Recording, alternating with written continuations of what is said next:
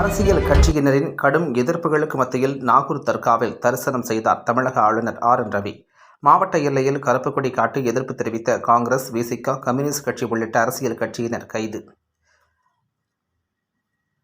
உலக புகழ்பெற்ற நாகூர் தர்காவின் 467ஆம் ஆண்டு கந்தூரி விழாவின் முக்கிய நிகழ்ச்சியான சந்தனக்கூடு உரவரம் இன்று நடைபெறவுள்ளது.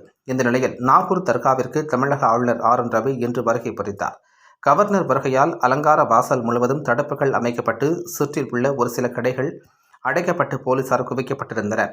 அதனைத் தொடர்ந்து தர்கா வந்தடைந்த கவர்னருக்கு பாரம்பரிய முறைப்படி வழக்கமாக தர்கா மணிமேடையில் அமர்ந்திருந்த நகரா மேளதாளம் முழங்க வரவேற்பளிக்கப்பட்டது.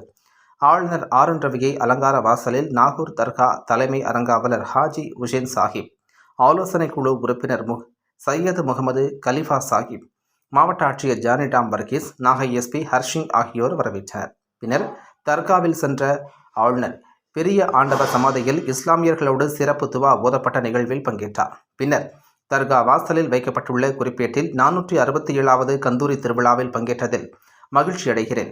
அனைவரது நல்வாழ்வுக்கும் எனது பிரார்த்தனைகள். புனிதரின் ஆசீர்வாதங்களை பெற்றதில் மகிழ்ச்சி கொள்கின்றேன். பாரதத்தின் கலாச்சாரத்தையும் உயரிய நெறிமுறைகளையும் பழமை வாய்ந்த இந்த தர்கா பிரதிபலிக்கிறது. அனைவருக்கும் எனது வாழ்த்துக்கள் என்று எழுதினார். முன்னதாக ஆளுநர் வருகைக்கு எதிர்ப்பு தெரிவித்து நாகை மாவட்ட எல்லையில் கீழ்வேளூர் புறவழிச்சாலையில் காங்கிரஸ், விசிக, கம்யூனிஸ்ட், திக உள்ளிட்ட அரசியல் கட்சியினர் கருப்பு கொடி காட்டி எதிர்ப்பு தெரிவித்து போராட்டத்தில் ஈடுபட்டனர். அவர்களை ஆளுநர் வருகைக்கு முன்பாகவே காவல்துறையினர் கைது செய்தனர். அரசியல் கட்சியினரின் எதிர்ப்புகளுக்கு மத்தியில் நாகூர் தர்காவில் ஆளுநர் தரிசனம் மேற்கொண்ட நிகழ்வு பரபரப்பை ஏற்படுத்தியது. நாகூர் தர்கா முத்திரை பதித்த நாணயம் வெளியிட வேண்டும்.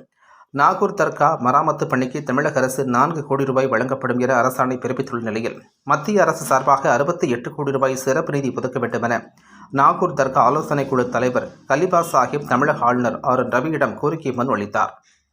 செய்திகளை துல்லியமாகவும் உடனுக்குடனும் தெரிந்து கொள்ள நாகை 24 நியூஸை சப்ஸ்கிரைப் செய்து கொள்ளவும். நாகை மாவட்ட செய்திகளுக்காக நாகையிலிருந்து RS இளங்கோவன்.